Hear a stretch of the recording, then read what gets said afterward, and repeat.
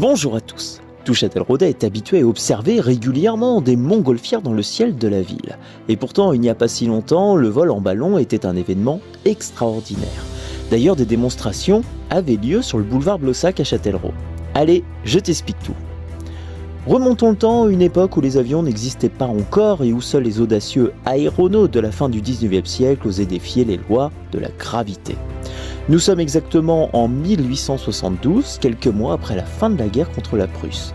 Parmi un héros de guerre, un nom brille particulièrement, Eugène Godard, véritable pionnier de l'aérostation qui a su en pleine guerre de 1870 construire une flotte de 33 ballons postiers dans la gare d'Austerlitz à Paris, destinés à l'observation aérienne et aux communications. Après la guerre, il part s'installer à Nantes et se lance dans une formidable aventure, parcourir la France pour émerveiller le public avec ses démonstrations de vol.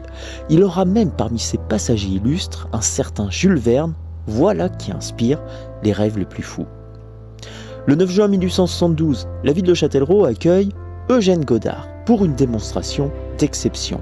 Un moment historique où ce véritable Gargarine du 19e siècle exécute sa 1022e ascension à bord de son gigantesque ballon, le Météore.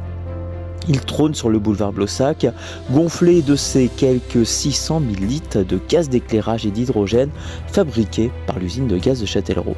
Une véritable prouesse technique.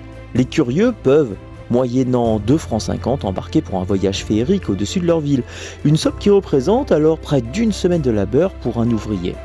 Mais quelle récompense que d'être le premier Châtelleraudais à voir la ville de haut. La foule est en liesse, la musique de l'harmonie municipale résonne dans toute la ville et même 2 chiens assis dans des nacelles en osier attachés à des parachutes sont largués depuis le ballon pour prouver l'efficacité des parachutes. Eh bien oui, le baudrier n'existait pas encore. L'engouement pour ces expositions est tel que quelques années plus tard, en 1881, la ville revit une effervescence similaire à l'occasion du concours agricole interdépartemental, ancêtre de la Foire Expo. Une semaine de festivités où Châtellerault célèbre l'art, la culture, l'horticulture, la gymnastique et bien sûr l'aéronautique. Le 1er septembre, un majestueux ballon à l'armature orange s'élève sous les yeux fascinés du public, piloté par un certain Monsieur Brissonnet, grand explorateur du ciel et pionnier de la météorologie, comme le déclare alors la presse locale, le Mémorial du Poitou. Une ascension fulgurante qui le mène au gré du vent jusqu'à Husson du Poitou. Le 17 septembre 1886, un ballon est présenté au Châtelleraudais, ainsi qu'au ministre des Postes et Télégraphes, la veille de l'inauguration de la ligne ferroviaire entre Châtellerault et Loudun. Une véritable fête nationale, l'envol se fait sous les accents de la Marseillaise, jouée par l'harmonie municipale. On assiste même à un lâcher de pigeons, orchestré par les sociétés colombophiles locales. Le plus fascinant reste la distribution de cartes postales larguées depuis les airs durant tout le trajet, une façon ingénieuse de suivre la trajectoire du ballon.